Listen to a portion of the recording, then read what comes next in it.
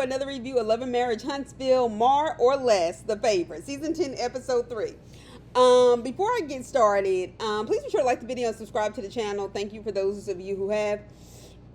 First things first, before I forget. So I have to go to Chicago for a wedding next weekend, and I'll have time to like go around the city a bit. And I haven't spent a lot of time just in the city. I've always gone like my brother's ordination and stuff like that. But if y'all know of any like Black historical sites, I know about Disabled. That's on my list. I'm thinking about the Chicago History Museum and the A. Philip Randolph site, but I know part of it's closed. But if you know anything like that, please email me or put it down in the comments. Especially if you're from Chicago or you enjoy Chicago as a city, let me know. I'll be staying in downtown, but I have no problem traveling across the city. All right. Also, last week, some people got in my comments and said, oh my gosh, that straw and your drinking is just getting on my nerves, this, that, and the other. Let me explain something to y'all. I do not respect dumb ass comments. Okay, that was dumb. Okay, I'm sorry you don't like my straw. You can cut it off. This is the internet. As I've told y'all before, I guess it's not as big of a deal to me because I have a full-time job. Okay, this is not my job, right? Which means I don't feel like I have to perform unnecessarily. So if you don't like my straw, then you can go on about your business. Why are you taking time to write that dumb shit? Anyway, don't put no dumb shit like that in my comments. Anyway, all right, so we get... I love how they didn't make a bigger deal out of this. All right, so Ken, Trish, and Marquez are at the house. They're still arguing.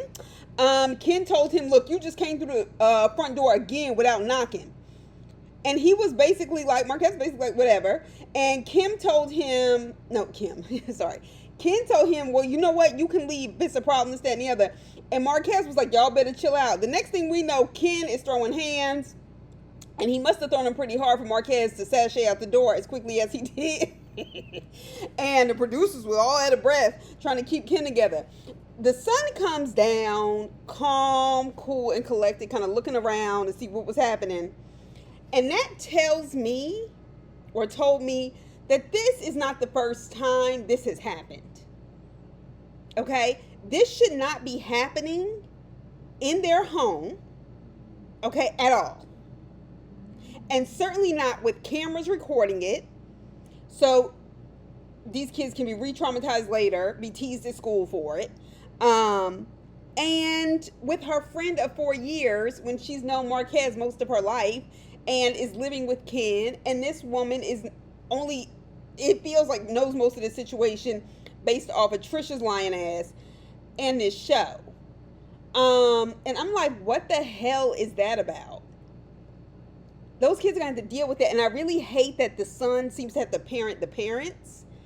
And raising your parents is hard, especially when they have not raised you the way they should have.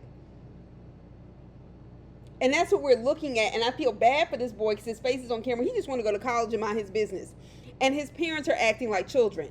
And honestly, Ken and Trish, y'all are giving production, scene, setup, because y'all motherfuckers should have locked your door. Like, I don't understand why he gets these multiple times to walk in. Shit, if it's unlocked, it's unlocked. Anyway, Kimmy and Maurice. For all of those who had a problem with me and my straw. So Kimmy calls Tisha and says she wants to get everybody together. I was like, here we go with this shit. She said it's her annual temperature check-in or whatever. And I was like, that's interesting.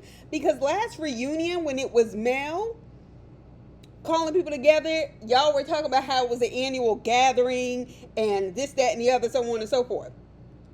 I just find that interesting. Anyway, but it's apparently not the same. It's just a temperature check-in. Okay, they have her and Maurice having a date night around the fire outside. Apparently it was cold outside, and cold in Alabama, I'm sure, is very disconcerting. Same way cold in Georgia was disconcerting, because you don't expect it. But anyway, or not to that degree. So Kimmy says she went by Jaylen's house, and she was like, you know, it's been so different since he moved out. You know, I still, you know, he's my son. I kind of feel like he's like my homie. You know, he talks to me differently now. That basically that he's not in the house and not as dependent on her, you know. Jaylen is not here for the so-called family business with Kimmy, Jaylen, Monster, and Maurice. And good thing, because we already know the way the Scotts do things, ain't gonna be no family business no how. Anyway, does Monster know he's included in this? Does he know that there's a family business that he's supposed to be a part of? Because something tells me he won't be interested either. All right. So Maurice says nobody wants to work with him because of the rules he makes. Or as Kimmy calls it, the dictatorship. As Jaylen also called it, the dictatorship. She was like, it's not about the rules. You talk a lot. Now, when Mel said they was giving Martin Luther, he was always giving a Martin Luther King speech. Everybody act like they didn't know what she was talking about.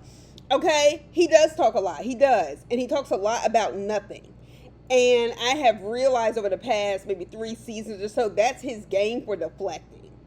Okay? He's always prepared to lecture somebody or give them advice. Meanwhile, he's getting DUIs, can't account for where he was going and why he was going there that night, and can't even encourage his son during the college process by saying, wow, son, I'm proud of you, but starts lecturing him as Kimmy is helping his son with the college applications because he's clearly more comfortable talking to her than him. Right. Anyway, he's an asshole. So what is Maurice's current line of employment? Does anybody know? And I mean real line of employment.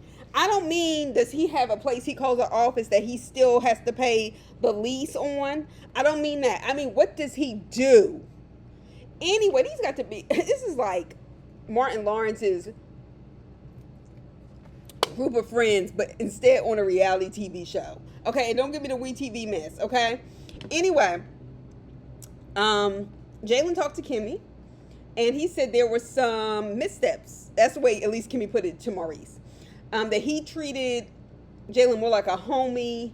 Now, the redeeming part of Kimmy as a person, even though I've lost respect for her over the seasons, is the one thing, and I would, don't go around, trying to badger people's parenting or whatever, is Kimmy's a good mother. And one of the things that I always respect about Kimmy is that Kimmy always seems to have her son's back, especially when it comes to Maurice. Like, even when he was trying to figure it out and Kimmy stopped Maurice as he was trying to lecture him, and she was like, no. You didn't have it figured out either. He's like, she made sure she was there for her son and not taking her husband's side over her son. And I respect that. Okay? So Maurice is not a good father, in my opinion. As I just told you, I usually don't comment on people's parenting. The fathers are different. Anyway, I'm sorry. I don't feel like the same thing as motherhood. But anyway, Maurice is not a good father, in my opinion, even to Monster, his biological child. So I'm sure he saw this as, oh, this is the woman I'm dating's kid. Not to mention they dated for 7 years before they got married. So you were in this kid's life for some time. So Jaylen said he saw Marceau as more like a father figure. And not just because Marceau looks significantly older than Maurice. I'm saying that, not him. Anyway, Maurice says, well, finding that out felt like a gut punch. Yeah, and I can see that because Marceau also doesn't treat his kids like his friends. At least the way I've seen Marceau. Like you would see him be like, yeah, that's somebody's daddy. You know what I mean? And because Maurice spends his time trying to make people think that he's this strong black father by bringing his son down there for Kimmy to raise, essentially, that he forgets to actually be that father. Talk about self-absorption. Oh my gosh. Like I said, he dated Kimmy for 7 years before they even got married. And they had bought a house together before they got married, which I think is a terrible business decision, but that's just me. There were more than enough times for him to get to know Jaylen and play a role in his life. Then he starts rattling off and says he never wants it to seem like he doesn't adore him or Kimmy, even though it sounded like he was saying it to Kimmy. It was confusing. But it was confusing because Maurice likes to mince words. But okay. So then we get the Fletchers. Nell had a class or whatever on the certification for the daycare. I was like, it's not certified. But then I realized she was taking the class so she can have credit for 4 stars because she was like, the more stars you receive, the more funding you can receive, essentially to support the daycare and the children. Which I'm not really sure with this dumbass bill Congress just passed, and the House just left. They just called it early, a month ahead of time, because they didn't want to deal with the Epstein files. And I hate that. And I hate that because I know people who do this kind of work oftentimes do it because they care about helping. And I think that's a slap in the face. Anyway, regardless of what we may think about Nell as an individual, what she's doing, I think, is noble work. Okay. So she tells him, Nell tells him that Kimmy called, and Fletcher was like, for what? Was I the only one that caught all of that kind of tone in his voice? Fletcher, did you hit on Kimmy? And you were afraid she told? Anyway, did something go down between them that we don't know about? Or are they still just butthurt that Kimmy said they aren't mentors to her or anybody else?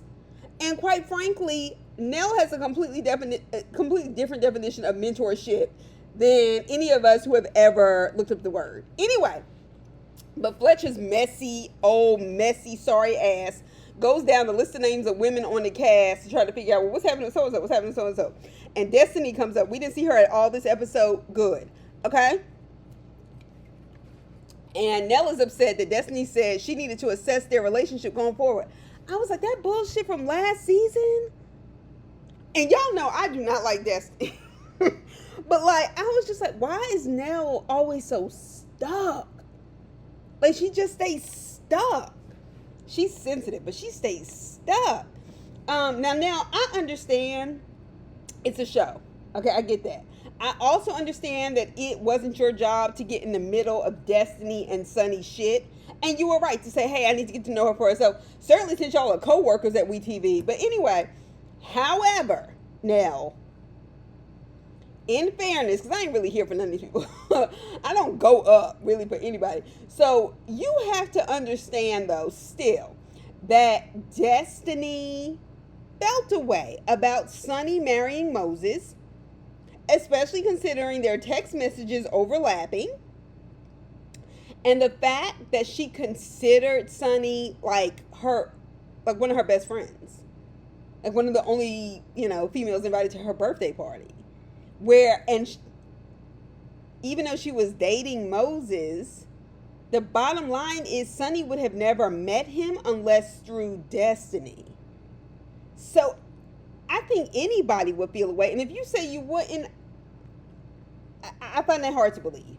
And I think that Nell is really tripping out. You don't have to like it, Nell, but don't play stupid. And then go, and then for her to go, I don't know if it's because of Lance or what. Girl, bye. Whatever it is, both of y'all know what it is, and y'all just not telling us. So anyway, she said she didn't want Destiny involved with Lance because, and this is in the confessional, they don't do sides. First of all, Lance is her son. And she's been just as wrong as he has. I said, bitch, that's your son. Y'all do take sides. Like the way y'all dogpile on Fletcher's biological daughter at that dinner table a couple of seasons ago. And in true Fletcher fashion, he didn't defend the women in his life the way we've seen him not defend his wife adequately, as far as I'm concerned, from accusations and when men like Martell are yelling at her and all this other shit. And he allowed everybody at that table to jump on his daughter. I don't care what has happened. Nobody else at that table, including their niece, was treated that poorly and then kept off TV and treated differently. And Fletcher should have said something. He should have intervened. Like, the bottom line is, we're still family and we're not going to talk to each other like that. And he didn't. Anyway, so no, that doesn't surprise me. Anyway, but I do know y'all take sides because you didn't even take your own daughters. You took everybody else's. So Nell can hold on to stuff. This shit happened last year.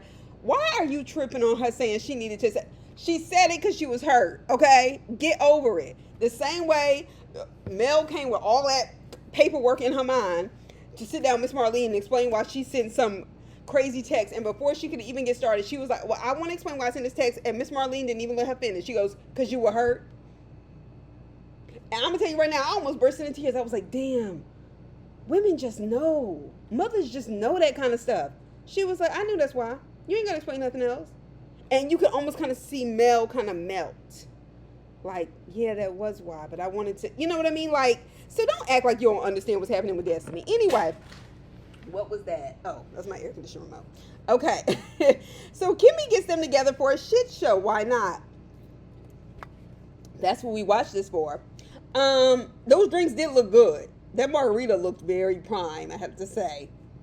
Anyway, so both Kimmy and Tisha's coat was giving slightly above prostitute thread. It was the cheap faux fur, and then Kimmy had a nice coat, but that short dress, that's what I mean. Anyway, it was now Tisha, Trisha, and Kimmy. Okay. We're also interested. So she wanted to talk about how they can get to know each other better. Trisha said in her confessional, basically, they all have a block and the women aren't really transparent. And I said, yes, I agree. But Trisha, you've lied on TV since we saw you to everybody. So, maybe you should just not speak on that. Anyway, Mel, Stormy, and Tisha, all of them, you lied to them hardcore. You were the queen of that competition. So it's probably not best that you talk about it that way. Moving on. So, Trish does tell them about the fight between Marquez and Ken, I guess to break the transparency ice. Everybody acted shocked. I was like, okay. The fact that her son was not shocked, they done tussled before. They have tussled before. I don't care what they tell us or don't tell us. So then Kimmy tells them about Jaylen, because they're basically going around the table. About Marceau, about how Jaylen told her that he thought of Marceau more as a father figure. Tisha was acting all shocked at first. And I guess because maybe Jaylen is older and her and Marceau are still relatively young. Maybe that's why, I hope. But Tisha's extra. Like, for no reason and with no real purpose. Then Tisha was like, well, they have worked together a lot. He's worked with Marceau and this and the other. And then she goes, and Marceau does call him his oldest son. Okay, so bitch, this ain't a surprise. You stop playing with us. So anyway, Kimmy admits that Maurice is very hands off. Okay, she said Jaylen at that time in his life gravitated to who gravitated to him. Of course he did, Kimmy. He's a child. That's natural.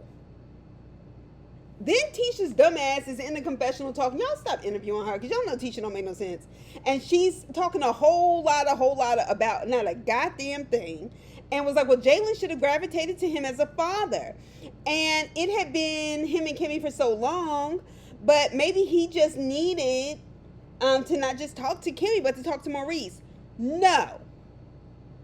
That is the responsibility of the adult, of Maurice. This is a child. You know it's not yours biologically. You do know how long him and his mother have been together as a duo. That's not the child's job to reach out to Maurice in that way. Are you kidding me? And you can tell Jaylen is a calm, cool, and collected person. Like Kimmy is, even though Kimmy be on some bullshit, but nevertheless, his demeanor and everything. No, that was Maurice's job, Tisha, so shut the hell up. Okay? And certainly the job of a man who is buying a home with this child's mother, even though he's not marrying her. Miss me.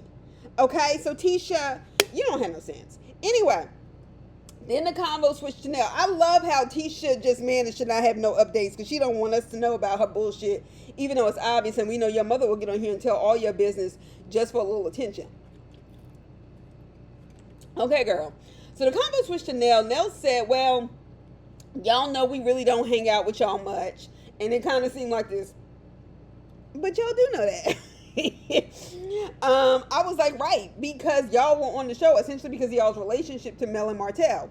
With Mel out of the equation and Martell not being about shit for about 7 seasons now, I can totally see why these scenes are so forced. So then they rushed back from the reunion, they said, because Lance told them about the baby's mother going into labor.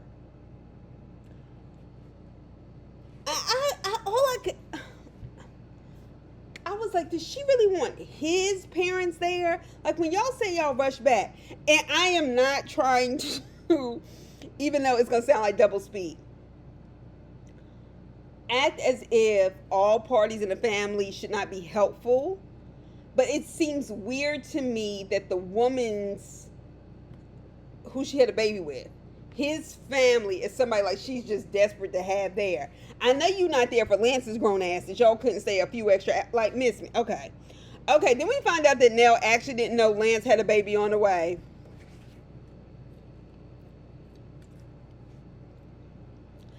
He told her once they were in labor. I said, who is raising these fucking loser ass bastards? Apparently Nell and Fletcher. Because, like, what kind of man would do that? And I said, one that grew up in the house with Fletcher. But anyway, so Lance claims he didn't know she was pregnant either. But Nell then says, but he's dealt with her for 5 years. Whatever that means on and off. My thing is, but clearly Nell, y'all know who she is. Like, y'all know enough of who she is to be shocked that she's pregnant, but also hurry up and get on the plane so y'all can be there. Like, something, like, the math ain't mathing, okay? But this is really, it just was coming off to me as a bad case of we're going to create a story and a narrative, and the whole family's going to agree to it so we don't look crazy on TV. Even if people start picking apart our lies, we as a family are going to stick to this very, very big lie. Okay? And what they should have done was call Mama D from Love and Hip Hop, because she would have definitely been like, yeah, my son did it, and what? Yeah, he did do it, but it was your daughter's fault.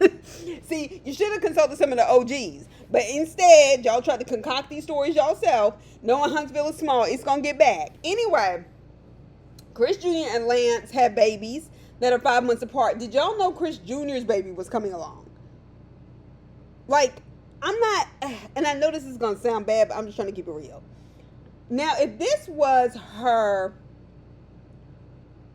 daughters, I would say, okay, I can totally see how the grandmother is just really feeling it. And I know that it shouldn't be that way, but I'm also saying we have to keep it real. The mother does most of the heavy lifting. And in unmarried cases, especially, even if people are married, but certainly in unmarried cases especially, usually her side of the family is the one that kind of does it. Well, one, because you don't really trust everybody around your kid and that kind of thing. But also, it just seems kind of like the way Nell is so overwhelmed with it. It seems like she has 2 sons who don't handle their responsibilities. Like when she tried to cut all those kids off and she said, the only thing I'm doing is for the grandkids. And I understood that because that's how grandmas are or whatever. But I also say that to say, I think they know they can depend on their mother to take care of these kind of responsibilities. I don't know who had a baby with Chris Jr., but I wouldn't want anybody to know. I wouldn't even put his name on the birth certificate. But nevertheless, anyway, but God bless the child. All right, so Tisha said Nell is overwhelmed really because she does too much for them grown-ass men, them grown-ass kids. Okay, so Tisha said she side-eyed her Nell because she felt like, well, you knew your son had a baby and you were encouraging him and Destiny to be together. Now, Tisha, granted, we all thought that. I did. I just kind of felt like maybe at that table was not the time. Okay? It would have eventually, like, it just, when Tisha tries to, like, get people and tries to come after them, it always seems forced to me. It always seems very performative. And you know, if I'm saying it's performative on reality TV, then it really sticks out to me. It seems very disingenuous to whatever her natural nature is, and I think that's why it's so fucking annoying to me. All right, so Tisha thought, you know, Nell was for their relationship or whatever, and Nell said initially I was, and Tisha asked her, oh, then the baby came and you changed your mind? I said, oop, oop. That was funny. All right, so Tisha said, well, what changed? And she said there was an incident and something was said between her and Destiny. And basically, she's still mad at Destiny for saying, I want to reassess our friendship. Destiny was operating from a place of hurt and frustration. Nell just does not, I feel like she lacks emotional maturity. Like, maybe that's why she has to work with babies. But anyway.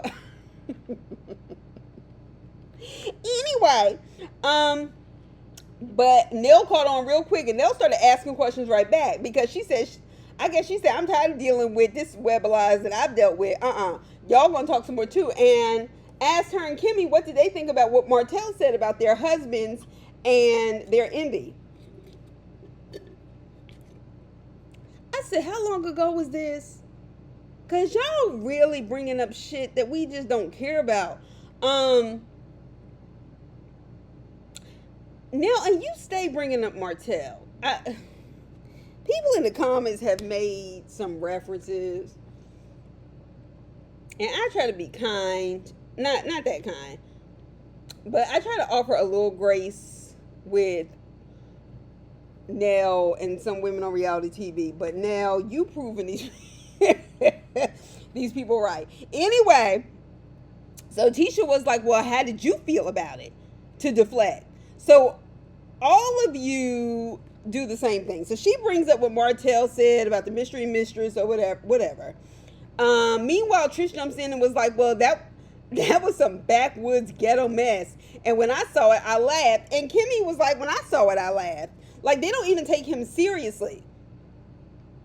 But my thing is, Nell asked Tisha. So Kimmy should not be the first one to run in and rescue her.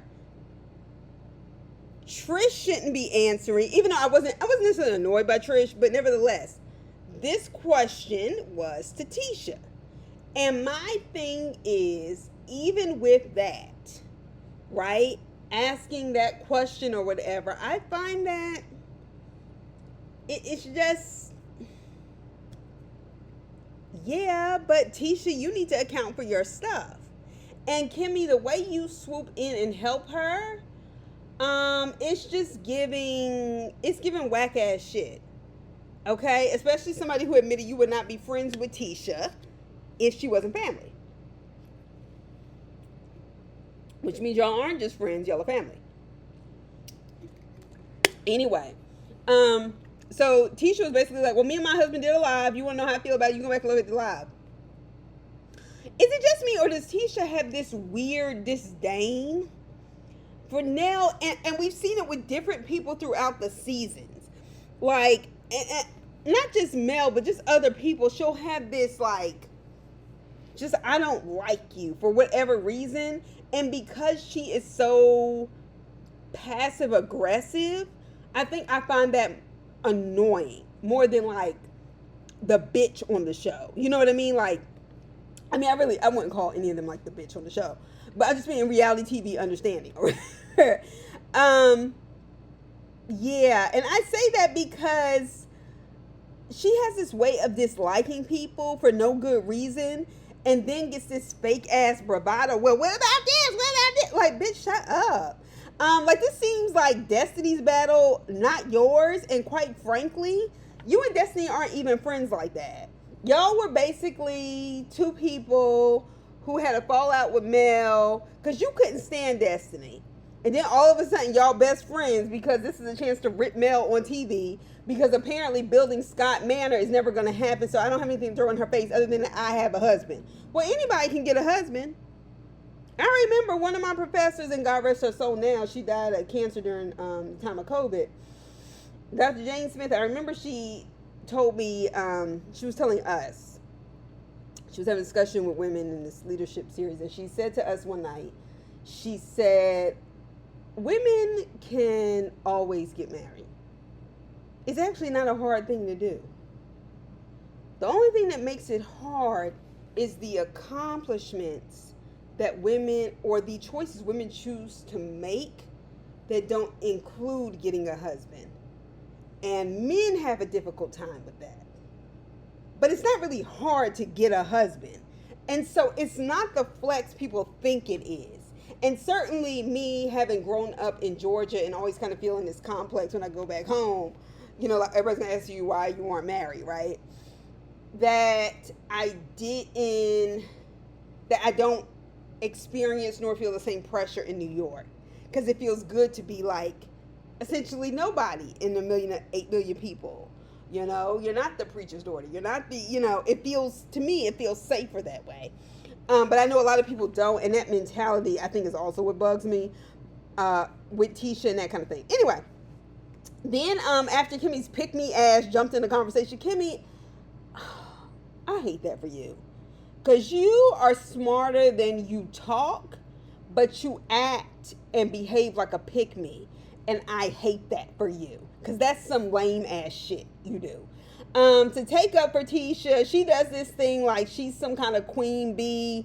And she says, well, we're here. We have a problem with someone. We talk about it directly. No, you don't, Tisha. You are the queen of passive-aggressive bullshit. Okay? And we don't talk about it as if the person's not there. Okay, so then say whatever the fuck it is you got on your heart that you clearly want to say to Nell. I just don't. Damn, you are dumb. You are dumb. And I don't want no dumbass person getting in my comments making some kind. Like, I call Kyle a big back linebacker, and somebody was like, you're tearing down another woman. I don't watch this show to build women up.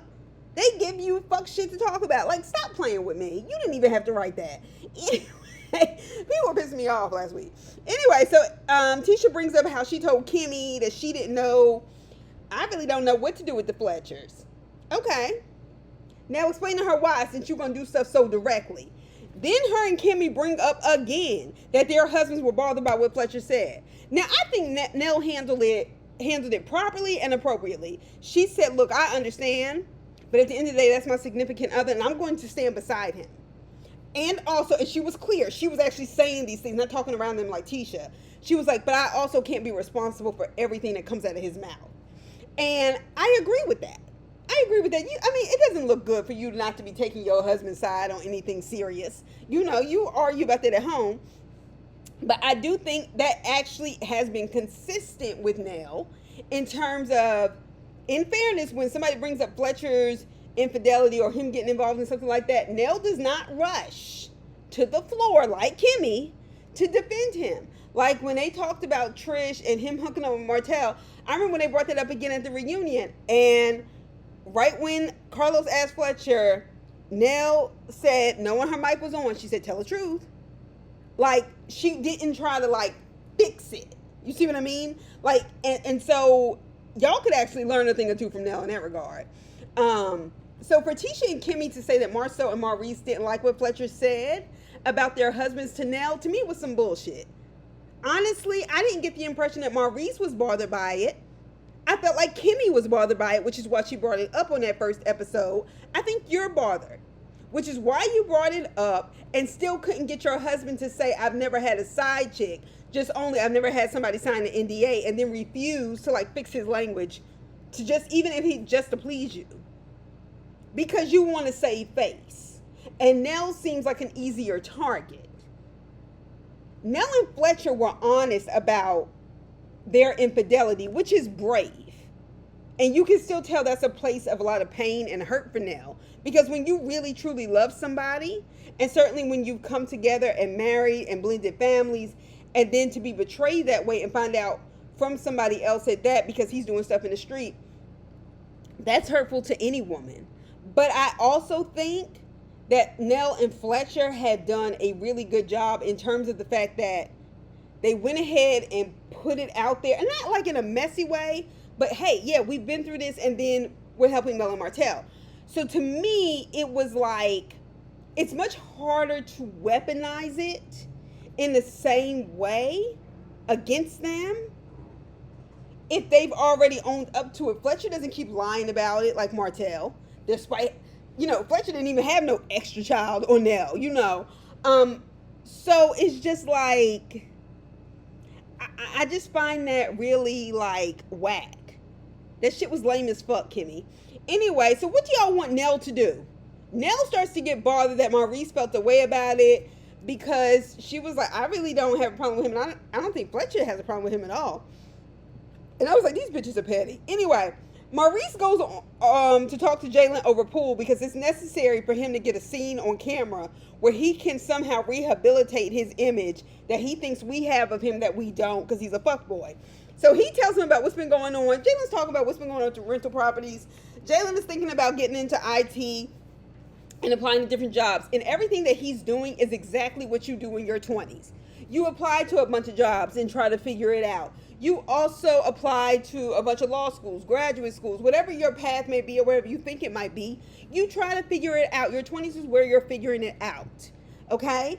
I don't think I would have ever gone to get a PhD if I wasn't dumb enough to do that shit at 22 right out of college because I didn't have no sense. I was just on overdrive, and I was finished by the time I'm 27, and now I'm 37 looking back like, why did I do that? Anyway, but you know, the good thing is he's not lazy. He's not doing nothing. He's still working and trying to figure it out, and that's the best thing you can do. Okay? So Maurice asked about the family business or whatever from Jaylen's perspective, like he doesn't already know. Let me tell you something. Kimmy lies, but she ain't gonna lie on her own son. And damn sure not in front of no cameras. Okay? Now that much I will give Kimmy. Okay? So Jaylen said, well, I was hesitant because, you know, I know how the skies are. He's like, what's that supposed to mean? Motherfucker, you know what it means. That you all have essentially told Jaylen over the course of him being in the family that when he comes with a problem, you need to figure it out instead of supporting him as he tries to figure it out. And that can be very detrimental. He talks about how Maurice always saw... He felt like, you know, he always saw Jaylen as, or he felt like Maurice always saw him as the person to do chores around the house, but not his own son. Like he treated him differently. As if they weren't both playing video games and stuff. You would come in the room and tell him to take out trash, mow the grass, you know. And I know somebody is going to think, well, you know, well, he was older. And coming from a big family of 5, where all of us are 2 years apart, so we were very close in age. The greatest age gap is 8 years. Okay, so just put that in perspective. Everybody always had a turn, and I don't doubt that Maurice did that. And I don't doubt that he was treating Jaylen, whether it was intentionally or unintentionally, as if he was the kid to boss around. Because in his mind and the way he thinks, generally, I can see him saying, well, that's not my son anyway. Now, do people have to parent each kid differently? I do think sometimes that is true. I'm saying this as a non-parent, but as a kid who did feel like they were getting parented differently. And in a family of 5, I'm going to go ahead and tell y'all this. Me and my siblings have very, very, very distinct and different personalities. Okay? And in a big family, and I remember hearing this on the Kardashians once. And the only reason why I'm saying it is because I was like, yeah, that is true. And I remember one of them were complaining about, yeah, well, so-and-so's mom's favorite. And Kim was like, everybody in this family always feels like somebody is mom's favorite. And it's not true. And my mother used to always tell us, you know, I love all of y'all the same. And I do believe her. But I do think in terms of, because my mother's a genuine person. Now, my father, well, anyway... but I do think that sometimes, I remember somebody saying one time that, you know, who had grown kids, they were like, you know, and it was a man, so we'll put that in perspective. But he was like, well, you don't always love kids the same. You love them adequately. But he wasn't talking about like the emotional feeling. He was like, essentially, yeah, you do have a kid that sometimes you're like, they're going to be fine. They always do their homework. They always go where they're supposed to go. They're always responsible. So I don't have to stay on top of that kid. And then you have another kid who, well, if they can get away with something, they will. They can get into mischief, they will. So it requires a different kind of response. And I believe that as well. But we're talking about how Jaylen felt and how he was actually treated. And as we see by the end of the episode, he was not the only one that noticed. And I have a lot of comments on that. Anyway, I get it, right? But at the same time, even as I compare me and my siblings, we all had the same mother and father who were married. And I feel like that's less of a layer. I can't tell you how many times, you know, friends came over the house and they would always ask, they're like, can I call your mom? My mother would always go, oh, yeah, it's fine. Or, you know, people would be like, I wish I had your mother. Even like my mother would come to visit me in college and she might just be dropping off something. And sometimes I would say, oh, yeah, my mother told me. And I remember my roommate said to me one time, like, your mother talks to you a lot. And I was thinking to myself, you're always on the phone with your mom. But her mother didn't talk to her about advice that she needed. And... you know, I had friends that a minute later, yeah, I was always trying to go with you, you know, after church or when I knew y'all would be home because I preferred to be over there. I was like, shit, I was trying to get the hell out of my house. But there's something, I say that to say, kids do go where they feel loved.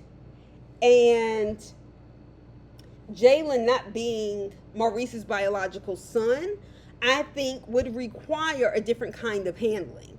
And in Jaylen's case, I'm sure he felt like, well, my mom, you know, if you're looking at it, especially through a kid's eyes or even as an adult eyes, because I'm seeing it too. I'm sure he felt like, well, my mom embraced your son. She took care of Monster.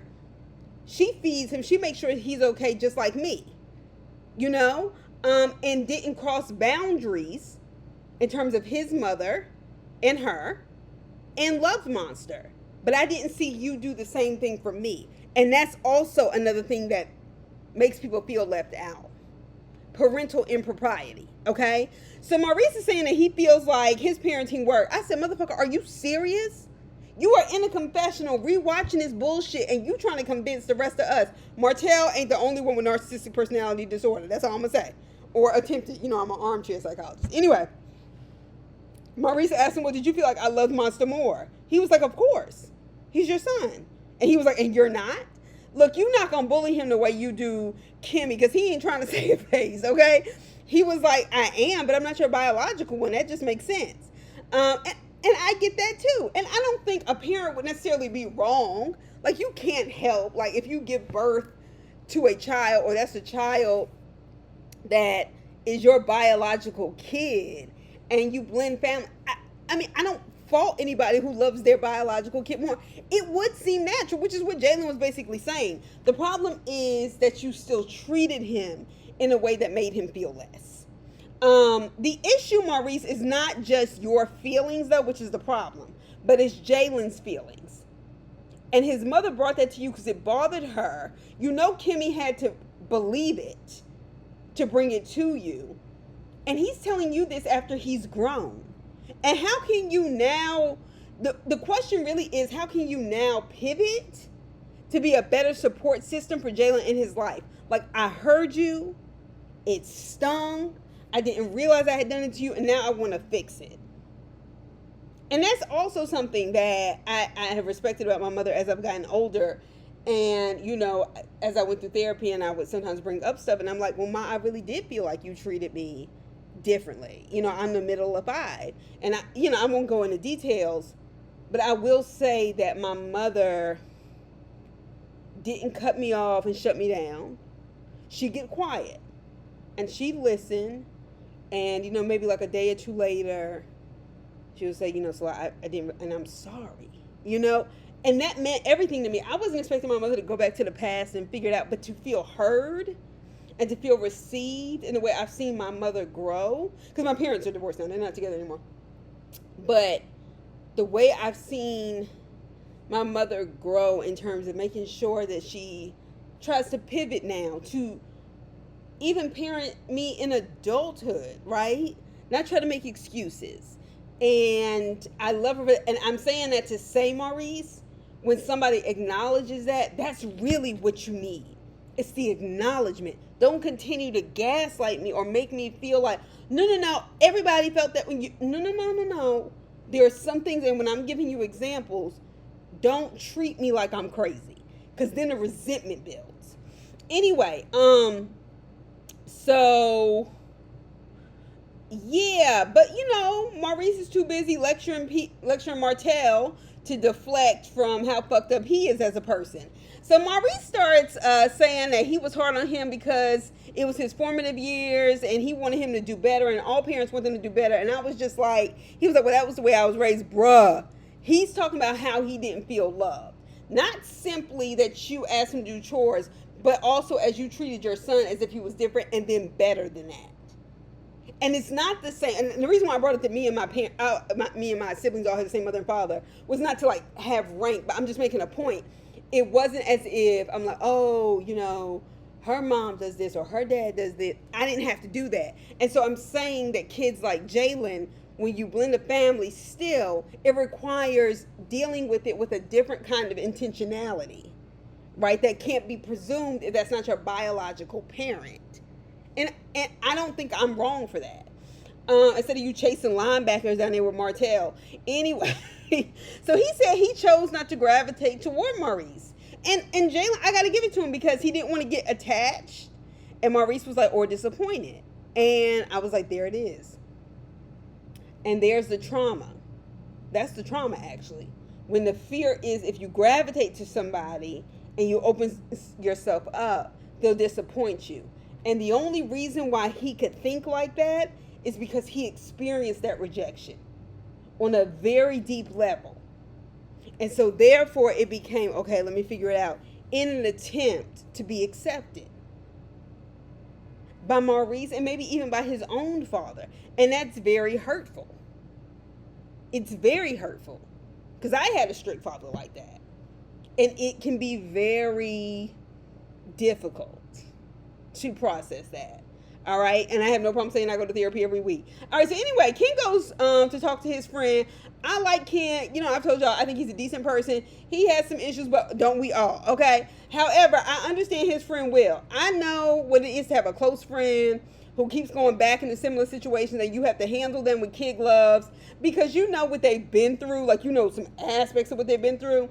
But you also want to tell them the truth because you don't want to see them go down the same road. And quite frankly, it's exhausting, especially when they do the same thing. Now, I moved past the point in my life when I'm done doing that for my friends because I don't keep a lot of people close to me, and I push people out of my life because of that kind of bullshit. But nevertheless, I understand. All right? So anyway, Chris came to the barbershop too because they needed a scene, I guess, with Chris in it. And he's sitting there like Nell didn't brief him as soon as he got through the door about that fight that Trish had at their house. I mean, that Ken had at their house. Anyway, so now Will, the friend, asked the question like, well, did he pop in or he come in with your daughter? Which was my question too. Where did that little girl go? Was she like Jamie and Family Man? Like, what the fuck happened? Like, does she have a key? I imagine she does to some degree. Like, what are y'all doing?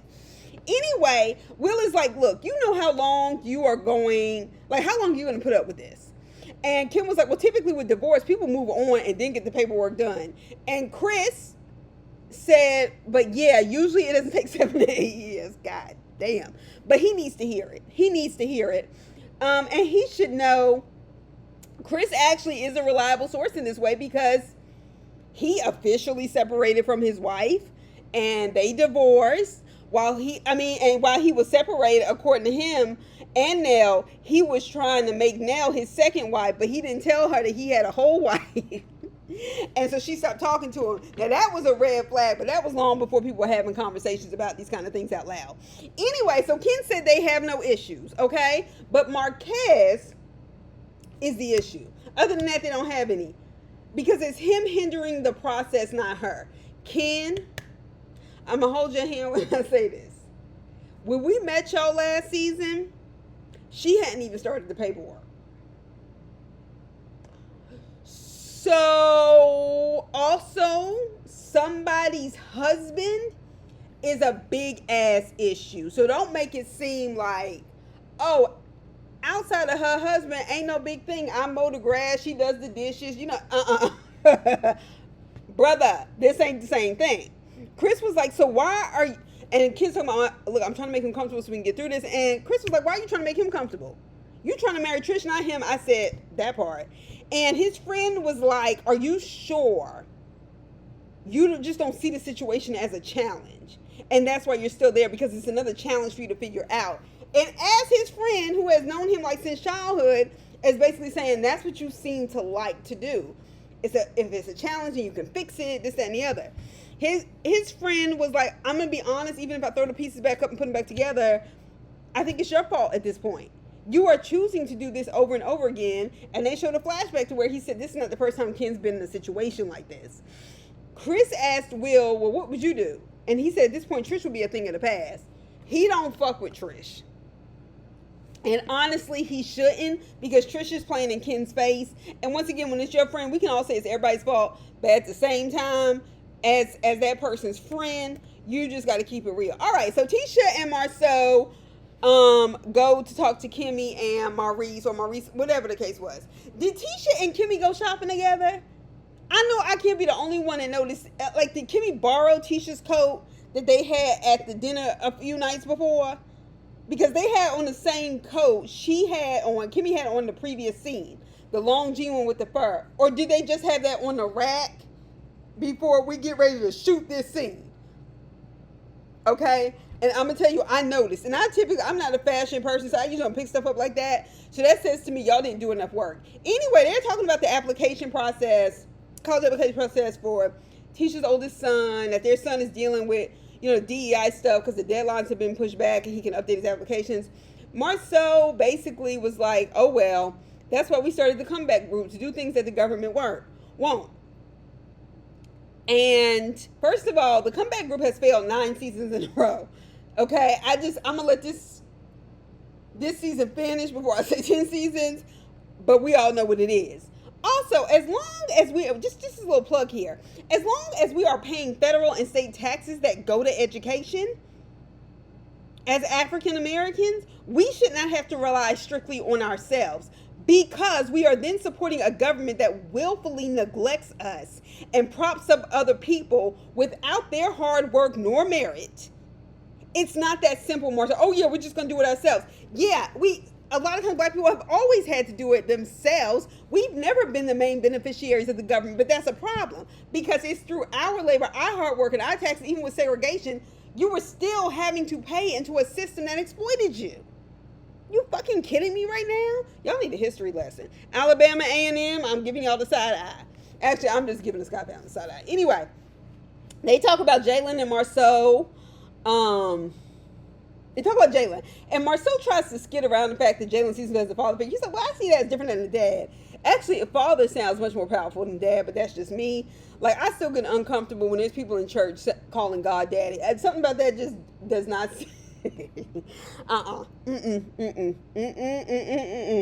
Our Father which art in heaven, leave it that way. Anyway, but I really feel like he was doing that to not hurt Maurice's feelings. And Marceau brings up the Jaylen versus Marceau issue. And Maurice didn't like the fact that Marceau was bringing it up and says in the confessional, basically, I don't appreciate him bringing up family business. I said, bitch, y'all are family. This ain't even with no like cast situation. Y'all are cast and family, and no, cut it out. Maurice, I can't stand your lack of responsibility. And the fact that Marceau put his head down and kind of smirked when they showed us Jaylen talking to him in private, and he said the same thing. And Marceau kind of squinched his face and put his head down when, he brought it up to Maurice again. It said to me in that moment, I said, he knows it too. Not only does he know it, he noticed it a long time ago, and he knows Jaylen's not lying. And Maurice was hella defensive. And he said he was treating Jaylen in a certain way. And Maurice tries to go into the speech where I'm doing it what we did as kids. You remember this, that, and the other. And he was like, in the family, the older ones are treated different. You look up to the family. They're the parents when the parents aren't there. And that, yes, I think that is true. However, and then we also have to notice when our parents fell short. Okay? Because, parenting is not perfect. But also, hey, if I have a chance to fix this, there was a ton of y'all in that Scott family. Like, I'm sitting up here talking about I had a big family. And so it's kind of not the same. You only had to worry about 2 kids. And you had help. Okay, anyway. And then Maurice goes that Jaylen, as far as I'm concerned, was an excellently raised child. And I was thinking to myself, yes, by Kimmy, not because of you. And Kimmy felt like, and she said at the table, I still felt like he treated Jaylen differently. And he was harder on my son. Marceau interrupted Maurice as he goes, but he said, no. He said, the fact that you're already saying, but Maurice says you're already entering this from a defensive position. We're letting you know how he felt. And he says, I'm going to tell you right now. And Maurice is trying to cut him off. And he says, no. I'm going to tell you right now. I felt like I grew up with the golden child. And I know what that is. I ain't going to say what sibling that is. But I know that feeling. I'm saying that for myself. And that's why I can understand Marceau. And he said, honestly, I understand how Jaylen feels. And I want to shout out Marceau because, all the other shit that we can talk about Marceau for not perpetuating the toxicity. And by that, I mean trying to defend family for family's sake. Because in private, but also on tape, this would play back. And Marceau, instead of saying, yeah, yeah, having his brothers back on TV, Jaylen would eventually see this. Jaylen will at least know that his mother, who has fought for him, and his uncle, by blood or not, fought for him even when he was out of the room, and acknowledged his feelings. That's what I meant earlier by the admission that, when my mother says, I'm sorry. That's what I need. I just needed, please don't try to tell me this didn't happen. And I love now that Mel is out of the picture and can't be scapegoated for all y'all's bullshit. We are now finally bringing to the surface the kind of fuckboy Maurice is. Okay? And that's all I got to say. Please like the video, subscribe to the channel. I'll talk to y'all soon. Bye.